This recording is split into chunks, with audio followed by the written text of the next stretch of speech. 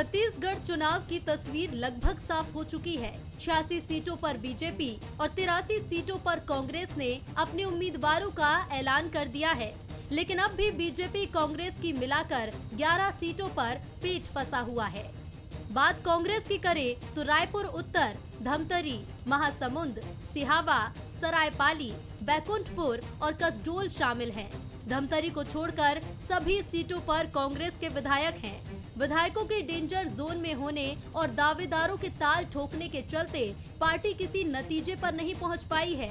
इधर बीजेपी ने सीएम भूपेश बघेल के सामने सांसद विजय बघेल को पाटन से उतारा है, लेकिन डिप्टी सीएम टीएस सिंहदेव की सीट अंबिकापुर को लेकर बीजेपी अब भी पशोपेश में है।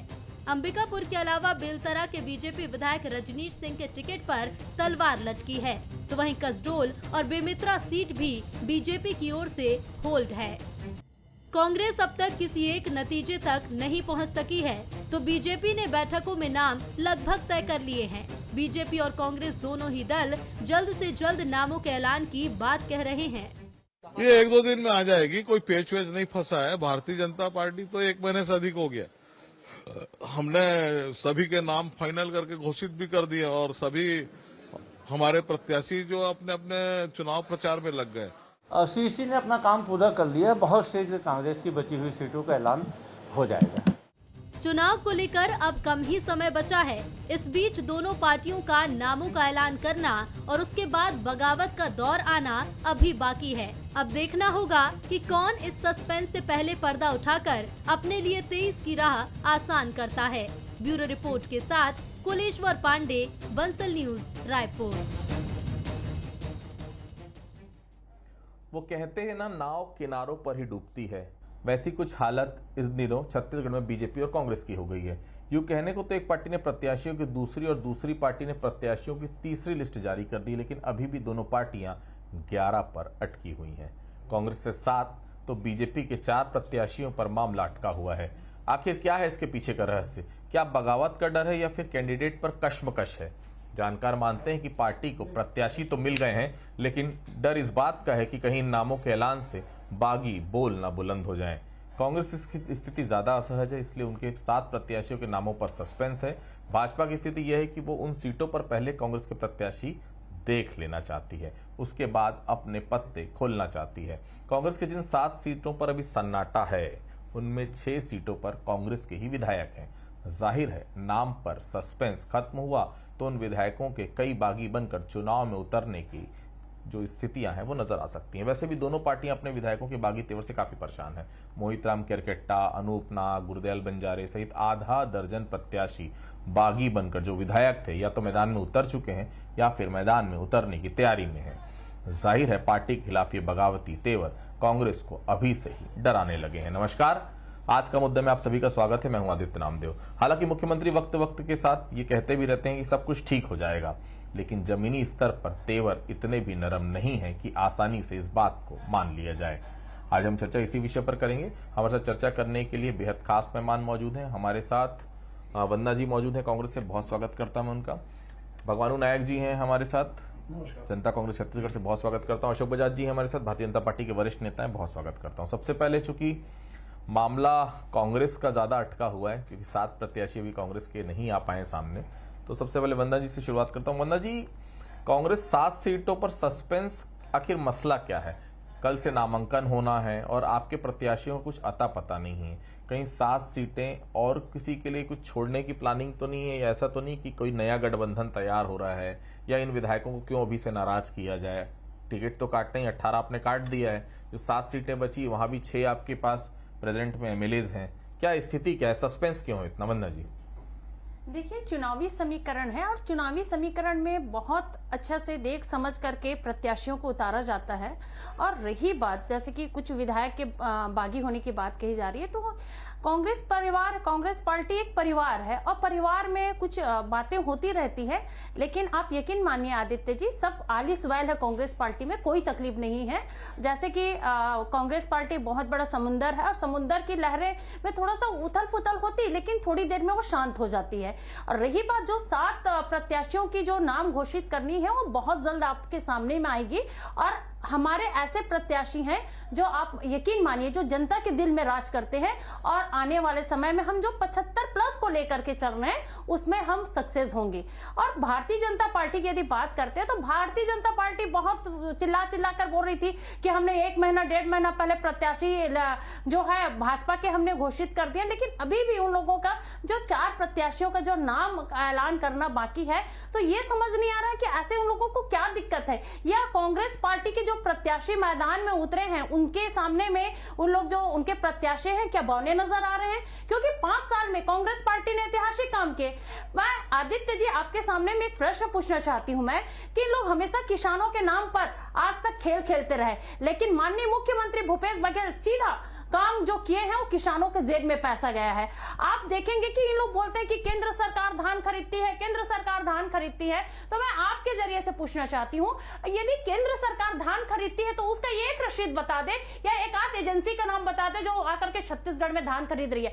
दूसरी बात, केंद्र सरकार धान नहीं खरीदती, वो सेंट्रल पुल से चावल खरीदती है। ये लोग मीडिया में सिर्फ झूठ बोलने का काम करते हैं। मीडिया में लोग झूठ बोलते हैं कि हाथ में गंगा जल लेकर के शराबबंदी की कसम खाए। मैं आपके मीडिया के माध्यम से इस चीज को मैं यहाँ पर बताना चाहूंगी कि हमने गंगा जल की कसम खाई थी, लेकिन किसानों की कृषि ऋण माफ के लिए हमने समर्थन मूल्य के लिए कसम खाई थी और उस वादा को पूरा किया है। बंदा जी, घोषणा पत्र पढ़ा था आपने कांग्रेस पार्टी का? जी बिल्कुल बिल्कुल आदित्य जी, ये चीज शराबबंदी की नहीं थी, बिल्कुल शराबबंदी की तो थी मतलब आदित्य जो जी। चीज गंगा जल लेकर खाएंगे उसको मान ले, जो घोषणा पत्र में लिखा है उसको उसमें वाइटनर लगा दे कि आप भूल गए उस सब चीजों को। देखिए आदित्य जी, घोषणा पत्र में जो हमने वादा किया है और उस वादा पर हम काम कर रहे हैं। ऐसा नहीं है कि हम गंगा जल लेकर के कसम खाए सिर्फ उसी वादा को पूरा करेंगे, ऐसा नहीं बोली हूं। लेकिन भारतीय जनता पार्टी हमेशा प्रचार करती रहती है कि इन्होंने गंगा जल का कसम खाया लेकिन वादा पूरा नहीं किया। तो मैं आपके मीडिया के माध्यम से बताना चाहती हूँ। मैं बजाज साहब, आपके भी 4 अटके हुए हैं। आपकी एक सीट तो जाति के चक्कर में फंस गई, बेचारे विधायक को समझ में नहीं आ रहा है करे तो क्या करें। ब्राह्मण को देना चाहते हैं, ठाकुर को देना चाहते हैं, आयातित प्रत्याशी आपने कोटा में भेज दिया। जिसकी सीट थी बेचारे को समझ में नहीं आ रहा है, कहीं वो बमलेश्वरी माता के दर्शन कर रहे हैं, कहीं रमन सिंह के पास जा रहे हैं बार बार, तो कहीं सरोज पांडे के पास की टिकट तो कम से कम दे दो। नवरात्र का मुहूर्त भी बीतता जा रहा है, अब तो 4 सीटें अटकी हुई हैं अभी तक। बजाज साहब, आदित्य जी, पहले तो मैं हमारी बहन वंदना जी के प्रश्न का जवाब दे दूं कि जिस ढंग से मुद्दा टिकटों पर चल रहा है और कहा गंगा जल की बात ले आई, क्यों ले आई गंगा जल की बात, जनता को मालूम है। और कोई जरूरी नहीं है कि आपकी गंगा जल के लेकर कसम खाया उसी को पूरा करना है।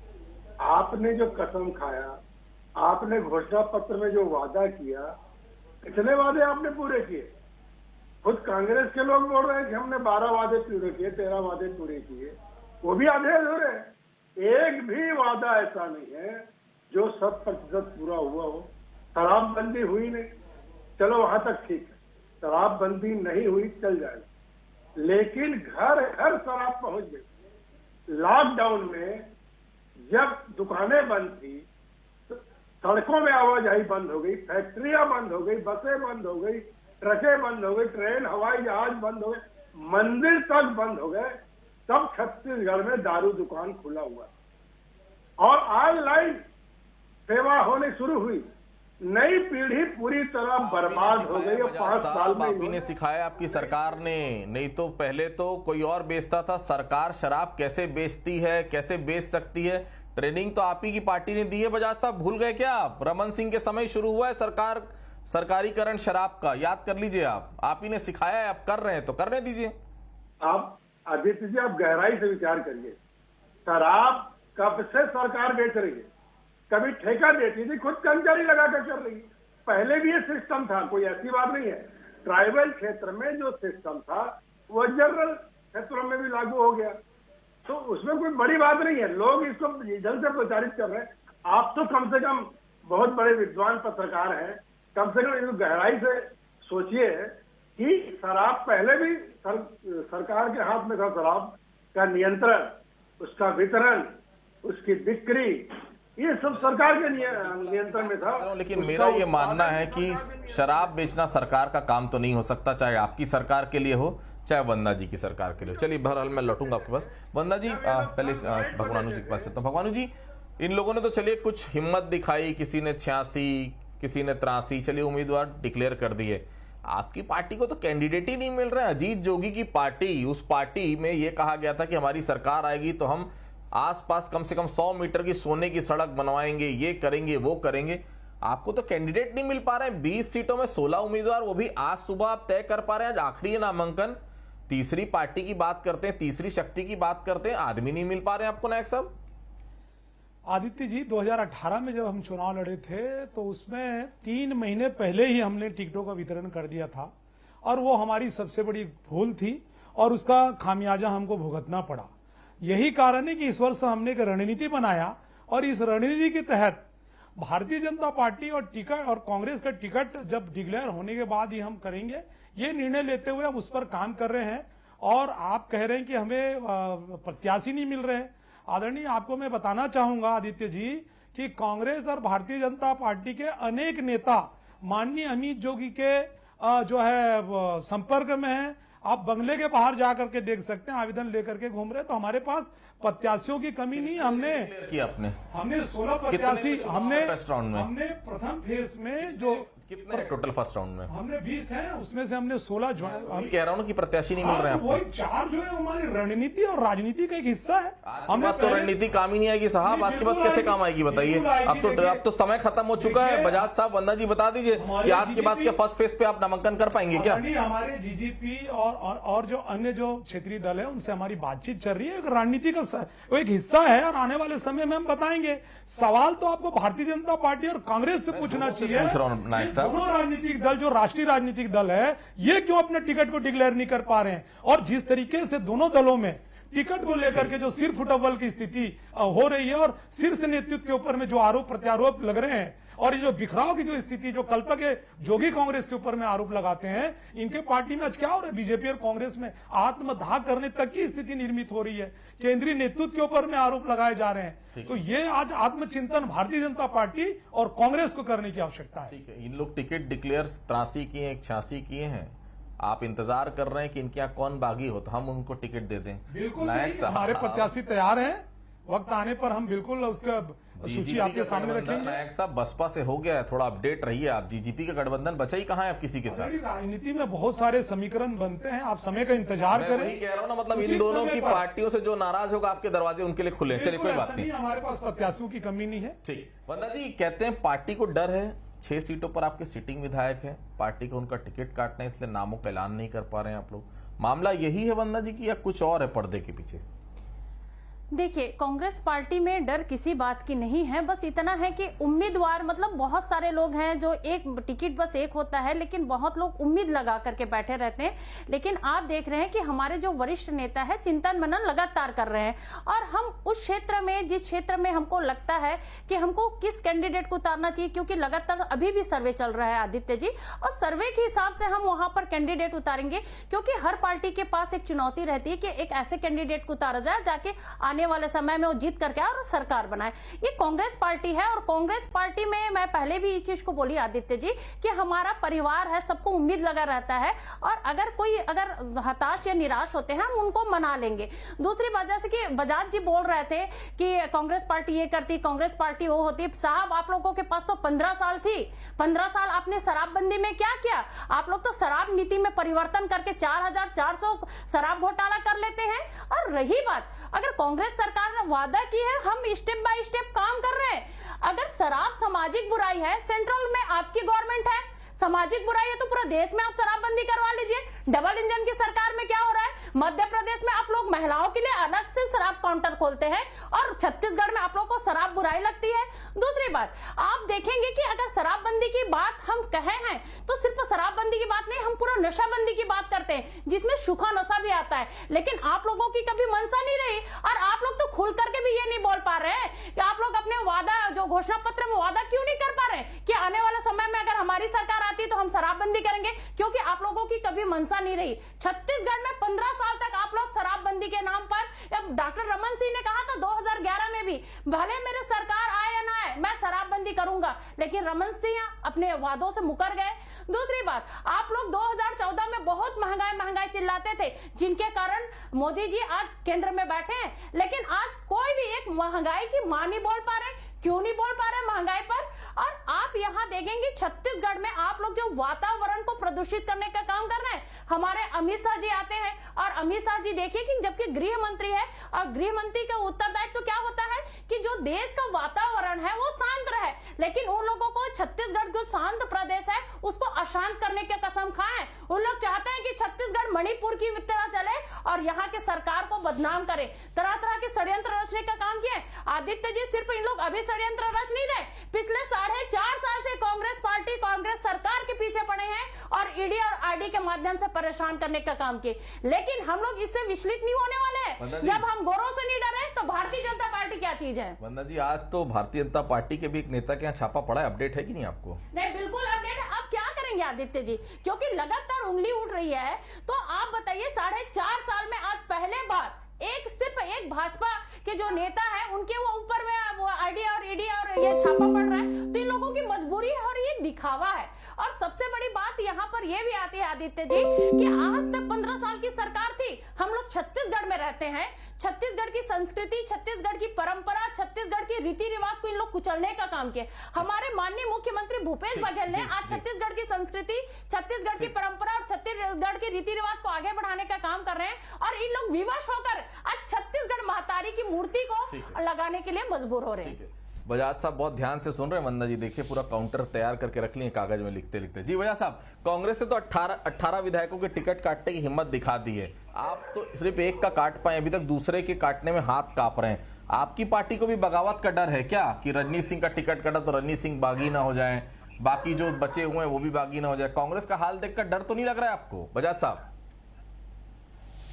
देखिए, कांग्रेस और भारतीय जनता पार्टी में मूलभूत अंतर यही है कि कांग्रेस जो है उसमें कोई संस्कार नहीं है। कांग्रेस पार्टी, भारतीय जनता पार्टी के कार्यकर्ता संस्कारवान कार्यकर्ता है, अनुशासित कार्यकर्ता है, नैतिकता को मान्यता देते हैं। टिकट मिले न मिले पार्टी के लिए काम करना है, देश के लिए काम करना है, समाज के लिए काम करना है, जन कल्याण के लिए करना है, ये सब भारतीय जनता पार्टी की चिंता होती है। कांग्रेस की तरह नहीं है कि सड़क में आ गए, टिकट नहीं मिली तो सड़क की लड़ाई लड़ के ढोल में जीरा पीट रहे हैं, कोई मिट्टी तेल डाल रहा है, कोई राजीव भवन में जाके नारेबाजी कर रहे हैं। तो ये इस तरह से सड़क की लड़ाई हमारे यहाँ नहीं होती है। शांतिपूर्वक ढंग से अपनी बात रखना, शांतिपूर्वक अपने बात को रखना। और जिस ढंग से आज कांग्रेस के विधायक बगावत करने में तुले हुए, उधर देख लीजिए मनेन्द्रगढ़ के विधायक क्या बोल रहे हैं, बृहस्पति सिंह क्या बोल रहे हैं, और इधर हमारे रायपुर के मेयर साहब के समर्थकों की गतिविधियां क्या चल रही है। पूरी तरह से चारों तरफ अशांति अशांति है। कांग्रेस के खेमे में अंधेरा छाया है, घनघोर अंधेरा है। अब ये हालत ये होने वाली है कि इनको अब कोई सीट नहीं मिलने वाली है। अब मैं इनसे क्या बहस करूं? कांग्रेस की कल्चर के बारे में इनको मालूम नहीं है। आप अभी नहीं है, अभी धीरे धीरे आपको समझ में आएगा कि कांग्रेस ने किस ढंग से वादा खिलाफी की, गरीबी हटाओ कहा, अन्याय किया, लोगों को धोखा दिया, घोटाले किए, वो वाली पार्टी है। जिस पार्टी की आप आज ये बात कर रही ना, आप पहले इसको जरा समझिए, आपको धीरे धीरे कांग्रेस पार्टी समझ में आई। भारतीय जनता पार्टी अनुशासित पार्टी है, संस्कारवान पार्टी है, और हमारी पार्टी में कहीं कोई बगावत जैसी स्थिति नहीं है। सब लोगों ने शांतिपूर्ण ढंग से जो नेतृत्व का फैसला उसको मान्य किया है।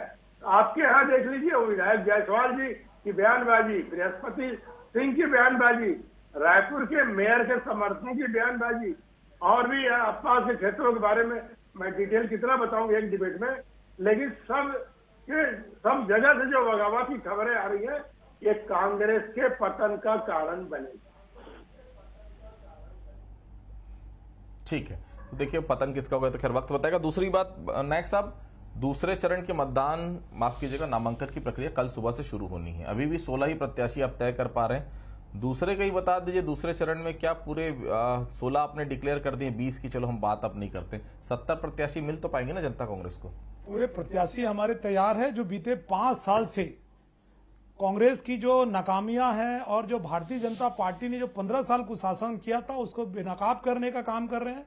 लगातार हमारे कार्यकर्ता हमारे जो है मुस्तैद हैं। और अमित जोगी जी जिस तरीके से पूरे प्रदेश का भी दौरा किए हैं, पाटन से उन्होंने शुरू किया था, भोपाल पटना तक वो पहुंचे, और जिस तरीके से जिस प्रकार अजीत जोगी को सुनने के लिए लोगों की जो जन सैलाब उमड़ पड़ती थी, वैसी अमित जोगी को सुनने के लिए जन सैलाब पूरे छत्तीसगढ़ में उमड़ पड़ा है। और भारतीय जनता पार्टी और कांग्रेस जी जोगी तो केवल एक ही था बॉस, ये तो गलत बात है ना, निश्चित रूप मैं से टोक रहा हूँ जोगी जी का यहाँ कोई पर। मुकाबला अजीत जोगी थे, अजीत जोगी न भूतो न भविष्य तो हो ही नहीं सकता। लेकिन अमित जोगी जी के रगों में अजीत जोगी का खून है। और जिस तरीके से अभिषेक बच्चन कभी अमिताभ बच्चन नहीं बन सकता, याद रखिएगा नायक साहब। अभिषेक बच्चन से और अमित जोगी की उसकी तुलना मत कीजिए। जिस प्रकार अजीत जोगी जी को सुनने के लिए जन सैलाब उमड़ पड़ता था, जिस प्रकार से उनको प्यार मिला, आज अमित जोगी को भी वैसे ही प्यार मिल रहा है। और जो लोग हमारे पार्टी के ऊपर में अस्तित्व पर सवाल उठाते थे, आज उनको आत्मचिंतन करने की जरूरत है। भारतीय जनता पार्टी और कांग्रेस दोनों राष्ट्रीय राजनीतिक दल का चाल, चरित्र और चेहरा उजागर हो गया सबके सामने। पार्टी में टिकट को लेकर के जिस तरीके से सिर्फ फुटबॉल की स्थिति वो पूरी छत्तीसगढ़ की जनता देख रही है। बृहस्पति जी का बयान देख लीजिए, उन्होंने सिलसिलेवार किस तरीके से दोनों दलों में जो सेटिंग है, डमी प्रत्याशी से लेकर के कौन किसको हराने के लिए, कौन किसको जिताने के लिए कैसा खेल चल रहा है, उसको उजागर किया। वैसे ही भारतीय जनता पार्टी में जो चल रहा है वो किसी से छुपी नहीं है। ठीक है वंदना जी, ऐसा तो नहीं कि पहले आप वाला मसला है, सामने वाले को पहले देखते हैं वो कैसा खिलाड़ी उतारता है, फिर अपना नाम तय करेंगे।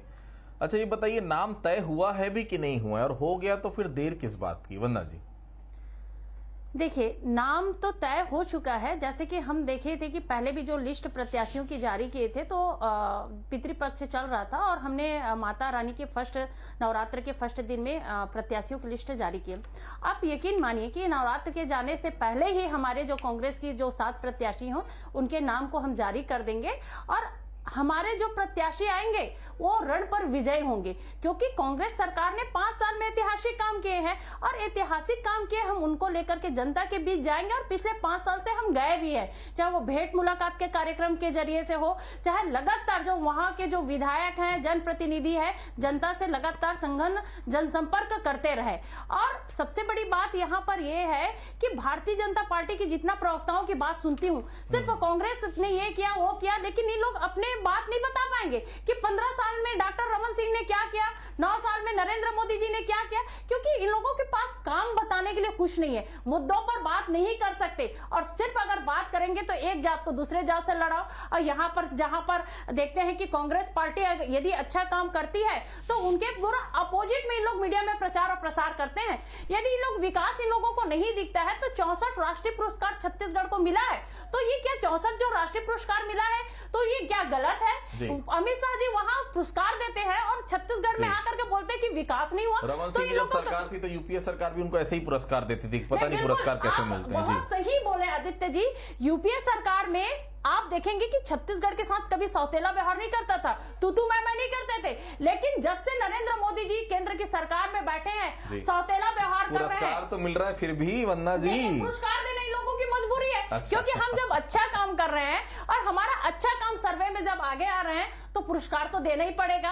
अब सबसे बड़ी बात है यहाँ पर छत्तीसगढ़ में अभी सब जनता की बात करते हैं, बहुत ही सब खुशहाल है और 75 को लेकर के चल रहे हैं, उसमें हम कामयाब होंगे। 65 प्लस का नारा अमित शाह दिए थे, याद रखिएगा ना, ये 65-75 बहुत दिक्कत करता है। बजाज साहब, भाजपा अब 4 पर अटकी हुई है, आपकी एक सीट तो जाति के चक्कर में मैंने आपसे पहले पूछ लिया, लेकिन मेरा सवाल अभी वही है, जो 4 सीटें हैं इस पर क्या है इतना इफ एंड बट्स, इतनी तमाम चीजें, क्या दिक्कत क्या हो रही है? क्योंकि आप टिकटों को जारी करने में निश्चित तौर पर कांग्रेस से बहुत आगे। पहली जब आपकी सूची आई थी बजाज साहब, मैं आपसे उस समय, आपको याद होगा, बस्तर में हमारी मुलाकात हुई थी, काफी ज्यादा खुशी का माहौल था कार्यकर्ताओं के बीच में, लेकिन जैसी दूसरी सूची आई ऐसा लगा कि जैसे कार्यकर्ता को कि फिर वही चेहरे, फिर वही सब चीजें, सामंजस्य नहीं बैठ पा रहा, कार्यकर्ता नाराज हो जा रहे हैं। नए जो आप दूसरी बार जो अपनी दूसरी और तीसरी सूची जारी की है बजाज साहब, अभी भी 4 पर पेंच फंसा हुआ, और 4 पर पेंच बता ही दीजिए इसी डिबेट में कि कब तक वो पेंच क्लियर हो पाएगा बजाज साहब। देखिए, भारतीय जनता पार्टी जिस फार्मूले को लेकर टिकट तय कर रही है उसमें कांग्रेस उलझ गई और भारतीय जनता पार्टी ने नए पुराने सब लोगों का सम्मिश्रण। बजाज साहब, सेंसस डाउन हो गया बीजेपी का। ये कार्यकर्ताओं का मैं सोशल मीडिया पढ़ता हूं, ग्राउंड में कहीं नहीं है पार्टी, ना प्रत्याशी और नेता। और सबसे बड़ी दिक्कत ये विपक्ष जब ग्राउंड में नहीं, कार्यकर्ता ग्राउंड में नहीं है, कैसे दावा कर रहे हैं भारतीय जनता पार्टी आ पाएगी? बजाज साहब बिल्कुल आएगी। जनता 5 साल के कुशासन से त्रस्त है और जिस जन से इन्होंने वादा खिलाती थी, काम तो कोई किया नहीं। वंदना जी गिना रही थी अभी, अब मैं उनको आशीर्वाद देता हूं, आगे बढ़े, अच्छे डिबेट कर रही है, लेकिन 5 साल में ये चलिए देखिए, दोनों ही पार्टियों की बिसात बिछ चुकी है, कुछ के प्रत्याशी आना बाकी है। जनता कांग्रेस छत्तीसगढ़ की तरफ हम ज्यादा देख रहे हैं क्योंकि उम्मीद तीसरे फ्रंट की हर समय छत्तीसगढ़ में गुंजाइश रही है। पिछली बार 7 सीटें ली थी, 5 खुद की और 2 बसपा के साथ गठबंधन में। इस बार भी उम्मीदें हैं कि अगर 5 से 7 सीटें आ गई कहीं जनता कांग्रेस की, तो कहीं जनता कांग्रेस किंग मेकर बन जाए इस लड़ाई में। हम सबका इंतजार है, लेकिन हाँ, प्रत्याशी मिल जाए जनता कांग्रेस को, भगवान से कामना करते हैं हम। और भारतीय जनता और पार्टी और सबसे ज्यादा कांग्रेस में जो अंतर कला है, वो अंतर कला दूर हो ताकि बेहतर चुनाव देखने को मिले। आप सभी हमसे जुड़े, हम लोग बहुत बहुत धन्यवाद। आज के मुद्दे फिलहाल इतना ही, बाकी खबरों के लिए आप बने रहिए बंसल न्यूज के साथ। नमस्कार।